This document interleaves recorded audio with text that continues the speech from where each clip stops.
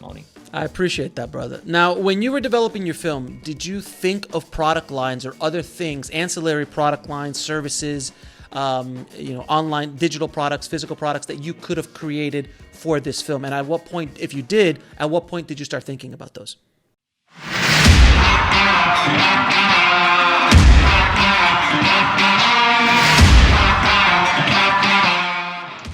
I did not. And the reason why was because the Drew Marvick episode came on after I already shot One Must Fall.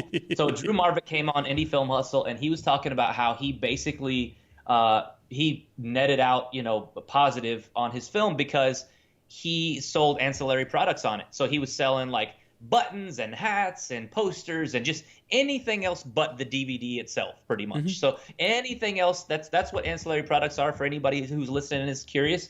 Anything else but that, like the Disney movie Frozen, they outsold the sale of the movie by like tenfold on posters and toys and costumes and things like that. So that's something that Alex always preaches that you got to consider, thinking about even before you start the film.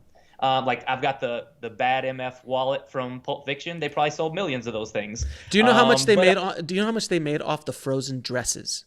The dresses like that my daughters bought back in the day when Frozen was a thing.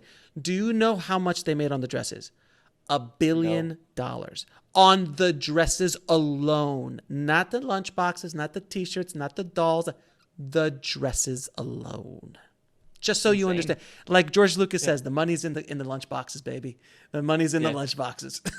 Yeah, and that's another great example of Star Wars. God bless. But yeah, so I think that's something that people should consider even like during the writing process, and throwing in things like that there. And I didn't know that because, like I said, so Indie Film Hustle was my film school. So when I finally finished One Must Fall, Drew Marvick came on the show, and he's amazing. He made a film called Pool Party Massacre. Yeah, great. And, like, killing it at the festivals. He's all over the convention circuit. The dude is awesome, Drew Marvick. He's a great guy, and that's what he does. He figured out his niche was the ancillary market and at the conventions and things that people would like to have. So I think that's something that people should consider. But no, I didn't consider that for One Must Fall, because I didn't know the power of it until people came on your show and talked about it. But you do sell T-shirts and stuff now.